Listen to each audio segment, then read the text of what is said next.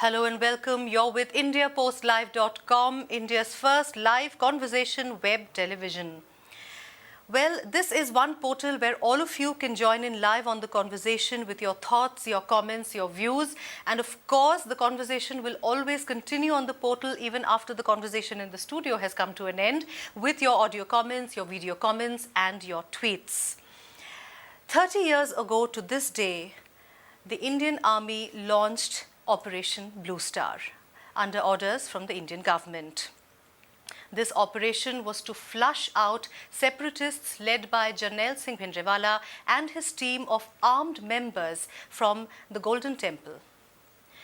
Well, 30 years have passed, but the scars remain, the angst remains. And to discuss that, I have with me in the studio senior journalist Satish Jacob, someone who covered Operation Bluestar along with Mark Tully while in the BBC. Mr. Satish Jacob, sir, thank you so much for joining the conversation. It's an honor having you in my studio. Well, Naranja, it's my pleasure to be here and with such great personalities who are going to join us. Yes. I'm looking forward to it, yes. Absolutely. Thank you so much. And let me now introduce the personalities who have joined us online. And I would first of all like to thank them for their time. First of all, I have former Rajya Sabha MP Tarlochan Singh who joins us on the conversation. Sir, good evening and thank you so much for joining the conversation in the studio. Sir, can you hear me? Yeah. All right. I also have with me joining us online Kanwar Sandhu, a defense correspondent. He was with the Indian Express at the time of Operation Bluestar. Today he is executive editor of the Tribune, and of course he has just made a documentary on Operation Bluestar. We will be discussing that. Mr. Sandhu, thank you so much for joining the conversation, sir. It's my pleasure. Thank you. So let me start with you. This is one operation that for which the army did not file a closure report. Obviously, even as far as sentiments are concerned, there hasn't been a closure really. Take us back a little bit on that day and give us a brief recount of your experiences of Operation Bluestar. Oh, well, I think as we all know, this is, it's a long time ago now, almost 30 years ago, but in many ways it looks like as if, the whole thing is just happening before our eyes. We all knew that at that point of time, something required to be done. I think the Punjab, as I wrote the other day, was on the boil. And, people were wondering what the government would do. So, in fact, there had been rumors for quite some time that the army was called out. And finally, on this, as we all know, on 2nd of June in 1984, Mrs. Gandhi, she addressed the nation that night, I think at about 9:30 at that time. Right. And then she actually told the country that, this can't go on, what is going on in Punjab can't go on forever. And then, she was, and she made a last-ditch appeal to the Shromi Akali Dal and various other groups that why don't you, give up your agitation and start the talks. And soon after that, the army was called out. But actually, to my understanding, the army indirectly had been called out about a week before that because General Sundarji, the Western Army commander, had told me later that on about the 27th, I think he mentioned either 26th or 27th of May, that that he was called to Delhi. He didn't exactly tell me who had called it. Possibly it was Mrs. Gandhi. And then he was told that the army was to be called out. And then the army troops actually started moving into Punjab. From the 28th or the 29th onwards. And then, of course, we all know what happened. We all know what happened. 3rd of June was the date that a curfew was announced. And before we continue that, I am also very honored to announce that we have another online guest, a former DGP of the Punjab Police, Mr. KPS Gill. All right, we are trying to get him online in the studio. Sir, let me ask you, Satish sir, the media blackout that happened, tell us a little bit about that. I mean, that was, of course, another black mark in the history of India. Not really. You see, when you launch, or when the army launches that kind of an operation, it's not a joke. They have to consider all kinds of things, from different angles. They have to look because media if you leave media independent or let loose, it's like an uncontrolled missile. You don't know in which direction the missile is going to fire. You know, I mean, I'm sorry, I'm part of media. Yes. But media, it is, you know, when I'll give you an example. Just give me 1 second, I'm not going to take too much time. When operation, you know, in Iraq happened against Saddam Hussein, the army had made a very, very elaborate plan how to control the media. And the media were told that you have to come with us. Right. You have to come along with us. There were some journalists, and one of them was me, who did not obey their command, and we decided to go to Baghdad, to be on the other side. Right. And we were given all sorts of threats and warnings that you are playing with your life, you're going to be in great danger, and don't do that. But we did. But the point is, they control the army too. The army controlled the media too. The briefing was given by every night, and the media had to take the briefing from them, and that was it. So it is not just the Indian army who did it, but the fact is, as Kamar was saying, that they did it so quietly, and yet in India nothing is ever secret. And in fact, this was the first time that the media was also used imaginatively. Won't you say? That was the first time that people actually saw the separatists coming out with their hands held up in surrender. We saw those images. No. I mean, those images were taken by the Doordarshan guys, Yes. and they were shown 3 days later. 30, not, but not on the same day. not on the same day, absolutely. So how can it be that the media was... No, I'm sorry. What I'm saying is that the government should have taken media in confidence. Right. Somehow they should have briefed somehow, or at least some chosen editors should have been called and said, look, there is a crisis here. We have decided, but we want to share this with you, but please don't just keep it to yourself or something like that. So that the media was also ready that this is going to happen. Media was completely confused. Like Kamar is saying that the army had started moving on the 27th of May, and that Sundarji was called to Delhi. These were things which happened secretly, and they were the media was not taken in confidence. In confidence, right. So when the actual thing happened, there were hardly any journalists in Amritsar. In fact, that a number of foreign journalists were rounded up from a hotel called Ritz Hotel in Amritsar, and they were they were pushed into army trucks or buses, and they were taken out of Punjab. Out of Punjab and beyond, they were dropped all outside Ambala. But luckily, there were 4 or 5 journalists who escaped the attention of the army because they were Indians. Foreigners were all rounded up. So there was Shekhar Gupta there. There was Brahma Chanani, Yes, of AP, yes. who is now a member of a very elite think tank. Yes. But at that time, he was a correspondent for an American news agency called Associated Press. Yes. There was Subhash Kripekar, a senior journalist from Times of India. Unfortunately, he is no more. I was there. I don't know, Kamar, were you there? I don't know. But I think he was there. Can we have Mr. Kanwar Sandhu back?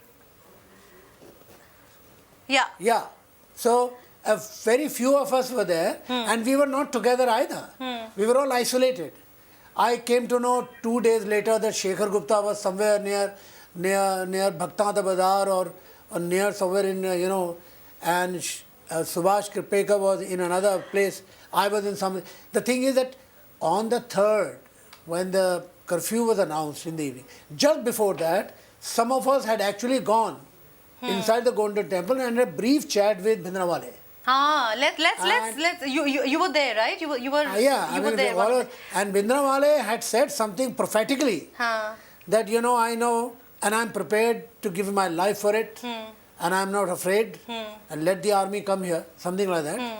Anyway, but the point is that many of us, it took some time to get into our brain what is seriously going to happen. Right. Let me get back, Mr. Kanwar Sandhu. Yes, please do.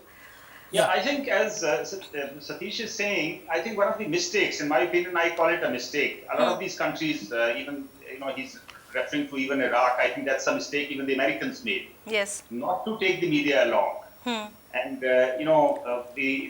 what you mentioned about some people, with their hands raised coming out. I think, if I remember correctly, those are the images of Operation Black Thunder in 1988. Yeah, that's right, absolutely. It was Black Thunder, that's right. I think, if the media had been taken along, a lot of this disinformation that got Absolutely. spread possibly could have been avoided. Yeah. And I must mention to you here that I had a discussion with the former Western Army commander, this is General S.K. Sinha, who incidentally had avoided the army getting into the arrest of Bhindranwale in 1981. And he had laid down some kind of a plan, and he had said that, if the army ever was to get involved in flushing out people from a religious place, this is the kind of plan they should undertake. And there he had categorically mentioned that if at all the army has to do this, they must take the locals into confidence, they must take the media into confidence. Unfortunately, this is what the army exactly did not do. Mr. No. Sandhu, can I just ask you something? The fact that I was in fact discussing this with Satish ji also, that this is the first and only instance where the army has not yet filed a closure report. Well, what happened is that, after every operation, the army normally has an after-action report. Yes. Right? Yes. They go into where their successes were, their failures, and then they try to, talk about the lessons learned. To the best of my knowledge, I've been covering the defense services for a long time now. I don't think the regiments individually, the battalions individually, or the army, as a force, actually did an after-action report. No, they All did right. not. I know, I can. Let me bring in Tarlochan Singh ji here, please. Sir, you were a very close aide of Gyani Zail Singh. What were the circumstances that really allowed him, or rather propelled him to allow this operation? It has already been published many times that the President of India was totally ignored by the Prime Minister.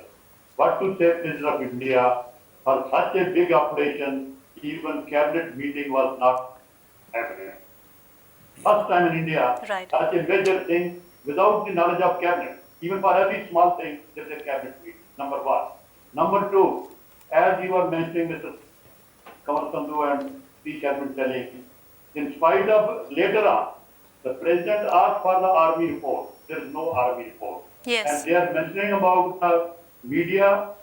Mr. Sandhu, when president went 2 days later, our Prime Minister office told us no media is to accompany the president.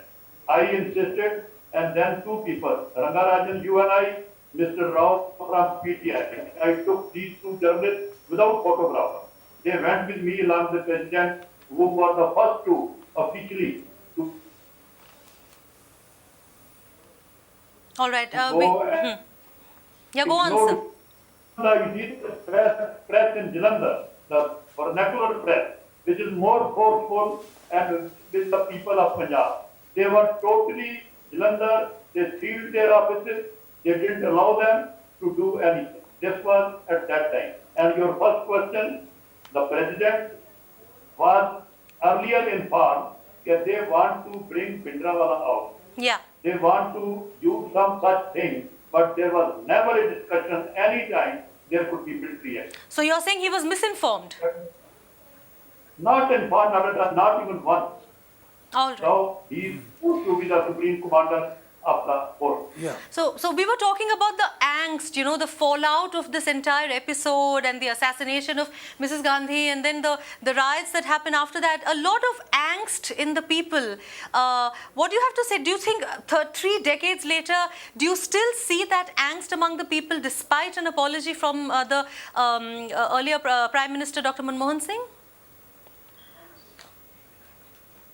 You are asking me? Mr. Tarlochan, yes, sir, I'm asking you, sir. Yes. You see, first of all, now my both dear friends who are very senior in the media profession, this happening of 84 shall ever remain in the minds of the Sikhs. Nothing can remove this scar from the minds of people. That must be ensured. Because this happening was no less than happening what Abdali did on Golden Temple. This was a second earlier Abdali, now Government of India. So this nobody will forget. But the issues are many, which are now being discussed. Yes. Even now the issue sometimes comes, what was the fault of the Sikh leadership? What was at that time, the bickering between two groups which led to such things? There are many things now being discussed, but none of us all over the world will ever say, okay, why this was done. Everybody living abroad or India, they say the government here should not have done it, army should not have moved.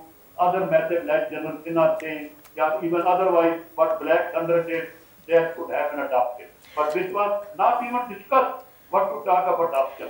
And Mr. Sandhu has very well written now that it was even 10 days before the movement. And now a new fact has come that British Prime Minister was requested by Indira Ji much earlier that they should assist them. So it Right. means if this discussion was taking place much earlier and which was kept total secret from the cabinet, from the president, and even from the people around Indira Gandhi. Right. Let me get former DGP of the Punjab Police, Mr. KPS Gill. He joins us on the phone line. Sir, thank you so much for taking part in the conversation. Sir, I would like to have, we are kind of doing a small flashback here. Of course, after that we will discuss the way forward. But the angst remains, the pain remains. Give us your views, sir. We have been talking to Kanwar Sandhu, we have been talking to Tarlochan Singh ji and Satish Jacob about the manner in which the entire operation happened. Give us your views, sir. This is the manner in which the operation happened was, I would say it was an ill-planned operation. It could have been done much better. Yes, sir. It was a botched-up operation. There was, I would say, unnecessary civilian casualties because merely on the dates, person was wrong. And now the Britishers have revealed something about an officer visiting here and looking at the whole thing. But this remark which I heard from Tarlochan Singh, Yeah. in which he says that the cabinet was kept secret, this was kept secret, this is a figment of his own imagination. Because obviously the CRPF, BSF were asked, they refused. The Punjab police was totally split, and I was then in the BSF in Jammu, and I think one or two of my battalions were posted there. A few days before Bluestar, I went there, looked at those people, and the deployment was terrible, which itself showed how badly the operation it was, and I found the Punjab police personnel totally split. I was walking in the streets around Golden Temple. If they saw a Hindu, they will behave in a different way. And if they saw a Sikh, they'll behave in a different way. It was so obvious to me, as a police officer, I said, this is very peculiar.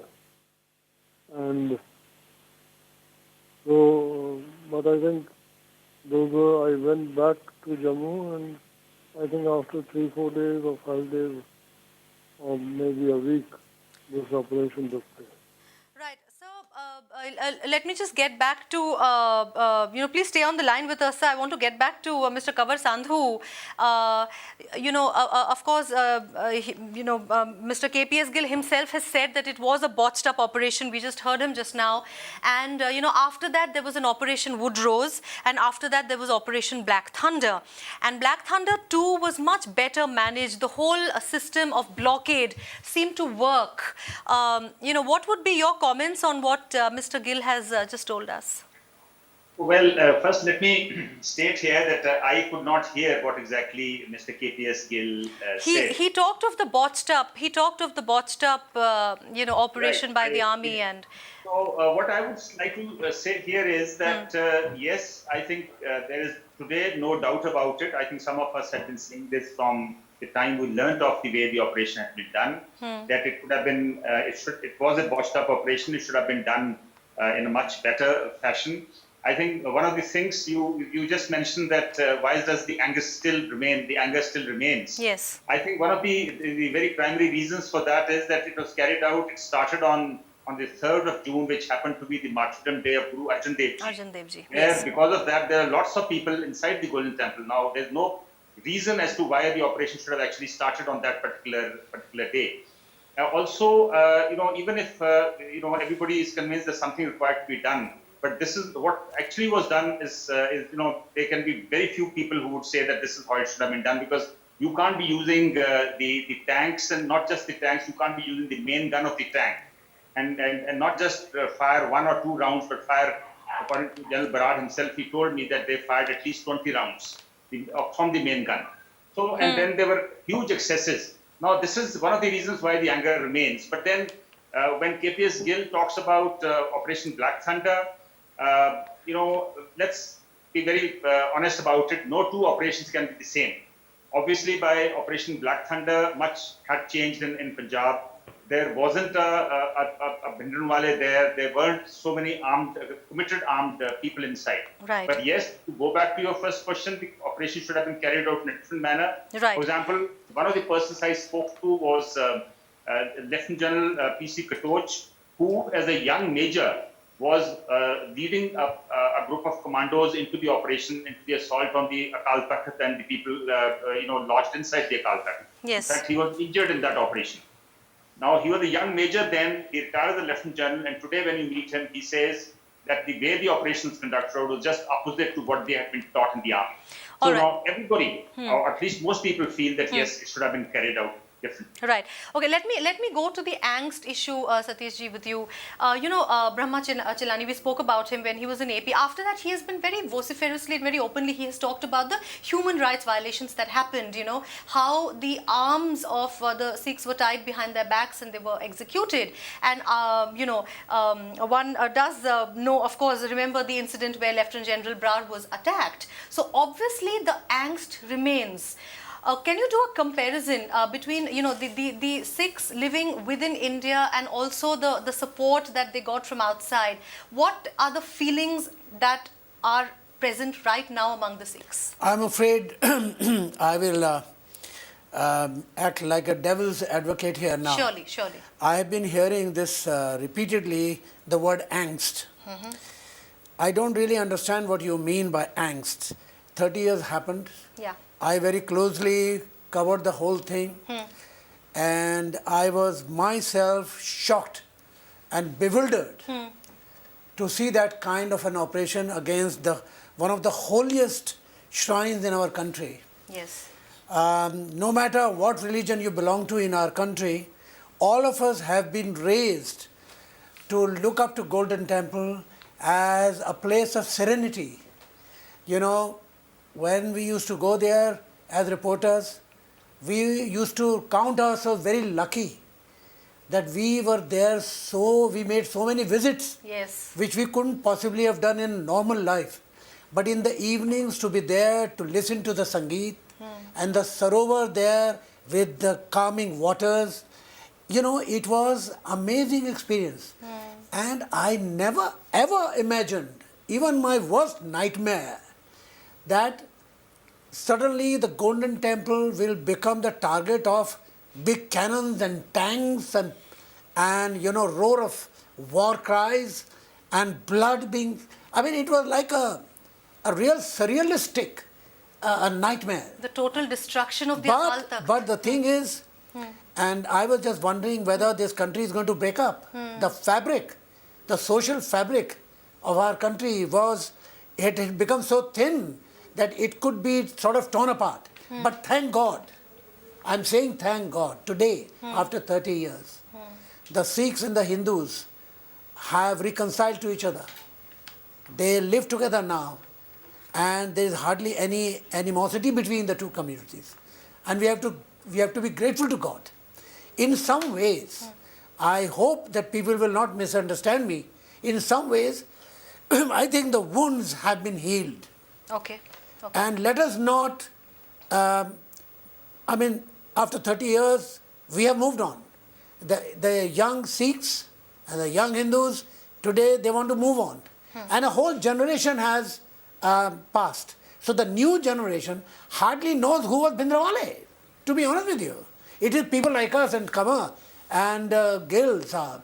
But the young guys, they don't know what happened, who was Bhindranwale. So the angst, some people have that in their minds, the old people. But let's face it, do we really think that Bhindranwale is really revered and adored by every Sikh? I don't know. He wasn't a saint. He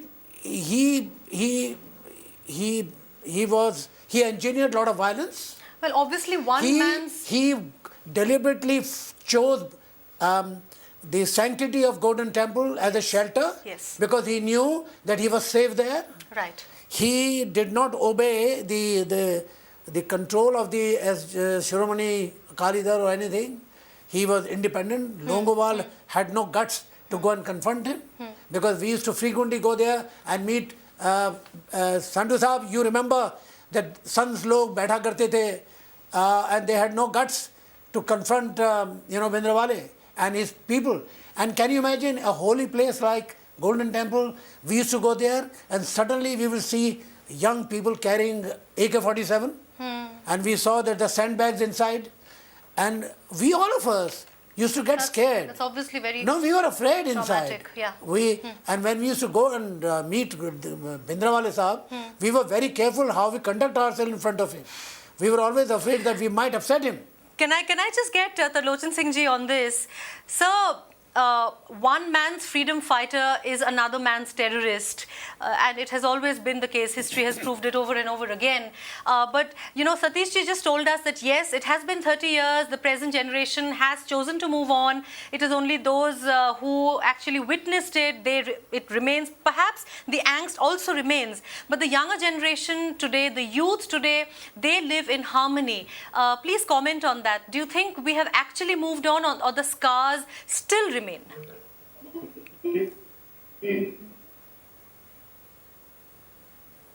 I agree with David entirely that no Sikh, what to talk of youth or elder, is interested to have any fight or dispute.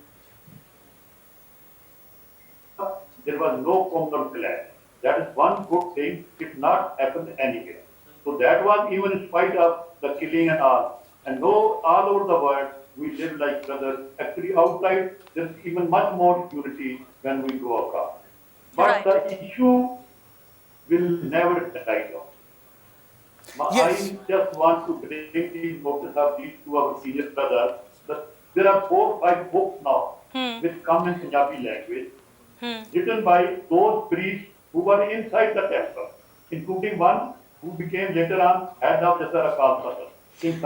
So what about the present? What about the present Sikh leadership? No, I would like Tarlochan Singh sir. I quite agree with you. Just a minute. Okay. Ji. No, just a minute. Those they have written. Hello. Ji. So we, Okay, yeah, we can hear you, sir. We can hear you, sir. Please go on. Continue. Hello. Ji, Yes. continue. Those books are giving additional information about excesses of army men on the poor innocent Sikhs, which has never been even today investigated. What went wrong with the army, like victorious army?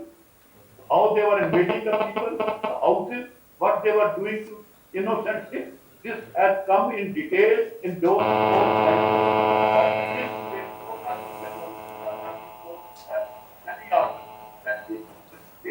after visiting, as you say, this is the difficulty. But Right. after both, it is not difficult. Sir, if your mobile phone is ringing, can you just move it a Yeah, bit yeah, away, mobile please? phone, I think your mobile mobile phone is ringing. If you could just move it a bit. But that's a very interesting point you made. I would like to- I would please, like to surely, say surely. something. And then I would like to talk to Kanwar Sandhu sir. Yeah, one please. second. Yeah, surely. Tarlochan Singh ji is absolutely right. There were excesses by the army. Yes. No doubt about it. What I'm saying is, I'm saying something different. I'm saying here that the sorrow in the heart of the Sikhs and other people, like me also. You know, Jallianwala Bagh happened much earlier than this thing. But it is like Jallianwala Bagh is still remembered by all of us. Yes. And we continue to know what happened in Jallianwala Bagh. Similarly, we will never forget Operation Bluestar, the excesses of what happened. It was terrible. I just do not understand how the government chose 3rd of June, first of all, Yes. as Gilsa was also saying. Yes. It was wrong. Secondly, they had no exercise. We are very obvious. We were there inside. We know that many of the army people didn't know how General Shahbaz Singh had made the fortifications inside. They had no intelligence inside. He had done a better job than the Indian army generals. They were better prepared than the Indian armies. And when they went in, they did not know that where the guns were placed. Right. And when they went in to the parikrama, the way, the guns were hiding in the side. Kamar, you know, at the basement, how the Roshandana they were used. And they were mowed down. Many of the commandos suffered heavy casualties. Their legs were shot down. And General Barar, as Kanwar Sandhu was talking to him, and in his book says that the front of Akal Takht were like a killing grounds. You know, the resistance was so tremendous Right. that they tried several times to storm Akal Takht and they failed. And then they were forced to bring the tanks. Yes. Tanks were raised out and it was a disaster. But the tanks completely destroyed the Akal Takht. Exactly. Which was one of the holiest shrines Holiest inside. shrines, yes. So whatever they did, it was all wrong. There's no doubt about it. All right. Kanwar Sandhu Sahab, you know, of course, I mean, everybody agrees that it was all wrong. And, you know, like Jallianwala Bagh, what Mr. Jacob said, that, you know, of course, it remains in our hearts. At some point, it remains in our hearts. But, you know, the fact that there is no longer militancy in Punjab, Punjab is grappling with a whole new set of problems. Punjab is grappling with drugs. The issue of drugs. Punjab is grappling with issues of the soil, agricultural soil losing its fertility due to excessive, loss of groundwater. All these issues are happening. So, if we could just have your final comments on, 30 years down, yes, it has been very tragic, but where does Punjab stand right now? Well, before I answer your question, I just want to briefly touch on what some of the other panelists have said. One, yes, there is no doubt about it. I think the entire community, particularly the Sikh community leaders, have much to explain. They were the ones who, a year before the operation, decided to join the agitation which had been launched by Jarnail Singh Bhindranwale. So the very fact today they can't disassociate themselves and say that we have nothing to do with it. The fact is that they joined the agitation. Of Sant Bhindranwale. Right. So now this is a fact of life. They can't run away from this. Also, the very fact that there were weapons of war inside the Golden Temple complex. There were LMGs. There were semi-automatic weapons. Now these are weapons of war. Why should they have been taken into the Golden Temple complex? So the community, particularly the Sikh leadership, has much to answer for this. Having said that, at the same time, I think the way the operation was botched up, the government possibly can have no alibis on that. The date of the operation, the excesses committed there, and They did not even look for alternatives. What else possibly could have been done to neutralize the group of armed people inside. So all these, and the fact that there was no inquiry, and there has been no proper inquiry for 30 years now, I think this is one of the primary reasons why the anger in a lot of people still remains. Yes, as Tish said, the younger generation, obviously, Sikhs are a very progressive community. Yes. Punjabis are very progressive, so they want to move on, they have moved on, but yet just because there has been no proper apology, there has been no proper inquiry, I think this tends to come back again and again, Right. year after year. Right, right. Why is Punjab grappling with it? Yeah, yes, 1 second. at this point of time, there is the problem of drugs, there is the problem of groundwater Yes. going down. Yes. But more than that, the problem is of misgovernance in Punjab. At this point of time, I think the people are actually suffering because of the kind of administration that there is in Punjab. All Yeah, right. I don't want to keep on talking about Operation Bluestar, but one point, Kamar, you all and I agreed so many times, the best time for the Indian government to take action against Bhindranwale was when Avtar Singh Atwal, when he was shot down. That was the best time to go in and get Bhindranwale.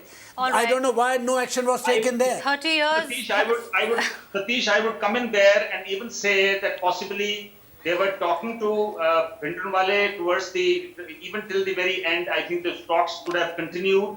And I must bring in here the fact that it is one of the unfortunate facts of Indian history of the fact that General Sinha was superseded and another person was brought in as Right. the army chief. So, Unknown to a lot of people is the fact that General Sinha was a personal friend of Shah Beg Singh. Now the government should have known that. They could have actually used that fact. Yeah. So the All fact right. of the matter is now, this is what General Sinha says, that the fact of the matter is that Bhindranwale, the man had actually taken to the gun, but yet at the same time he claimed to be a religious leader. All I right, think the government could have actually encashed Miss- on that fact and kept talking Yeah. to him and possibly got Mr. him out. Sandhu, we have to wrap up this conversation. Of course, it will continue on the portal, but let me quickly get Mr. Tarlochan Singh's last comment. Sir, can you quickly give us your take on the current leadership in Punjab, and how have they really kept the issue alive? Because there doesn't seem to have been any apology, as Mr. Kanwar Sandhu just pointed out. No, leadership is not interested. They are not keeping it alive. But the problem with Mr. Sandhu has very well said. Huh. The drug problem is also a fallout of what happened in KT4. All You right. see, because after that, no industry came to Punjab, total unemployment everywhere. Yes. The graduates just roaming around. So now drugs coming cheap, being supplied from many sources. So all this is now leading again. Right. The government of India fully alive to the situation in Punjab, and you are very rightly said, even agriculture we are going to do because of groundwater going down. Right. So These are real issues now, require sir. a Yes. proper attention. And Right. the army assesses what happened, the new government, because after a long time, a new government, they can come out with a new such thing so that the Sikhs all over world and all human rights, they appreciate the gesture of authority. Thank you so much. Thank you so much, Mr. Singh, for your comments. Finally, last comments from Mr. Jacob. We have to wrap up the conversation. It will continue online, but in the studio, we have to wrap up. Well, you said something about human rights. I'm sorry that we did not have enough time Yes. to discuss the human rights situation in Punjab. Yes. I think one of the greatest tragedies of Punjab was that the excesses, Yes. not only about from the army, even the police after that. There's so many young people lost their lives. We don't know what happened to them. They would be just rounded up, and then nobody knew what happened to them. Right. And even today, the Human Rights Commission has been grappling with hundreds and thousands of cases, and we don't know what has happened to that. So, when we talk about the angst, as you were saying, and I was a bit getting upset about that, but that angst is not just the attack on the Golden Temple. The angst is against human rights. How the human rights of the people in Punjab were trampled upon, and nobody got any justice. So the whole tragedy, it was a complete mess. And I only hope that Punjab, which gave us, Punjab is the backbone of our army. Yes. Yes. Sikhs are famous for their bravery. Yes. There were so many battles, which I still remember in the army and the Sikhs. And Right. they So were the let- granary of, the food bowl of ours. Yes. So we are going to lose the food bowl, we are going to lose our No, seats. I remain I don't know. optimistic. I remain optimistic, and I'm like Mr. Singh pointed out, like Mr. Kanwar Sandhu pointed out, the only way to go is forward. The only way to move is forward. Punjab deals with issues that could have stemmed, as Mr. Tarlochan Singh pointed out, from 1984, but the way ahead is the way forward, and to move forward with a positive frame of mind. Thank you so much, both of you, Mr. Tarlochan Singh and Kanwar Sandhu. Thank you so much for joining the conversation. It was an honor having such senior people like you and people who have actually covered the entire episode to have in my studio. Satish ji, thank you so much. Of course, we can go on talking about this, and we will on the portal, like I said, through your audio and video comments and your tweets. The next conversation, we will be talking about Karnataka and its wish list from the new government. So we will be moving down south in just a few minutes. Thank you for watching the conversation. Stay tuned to IndiaPostLive.com. Thanks.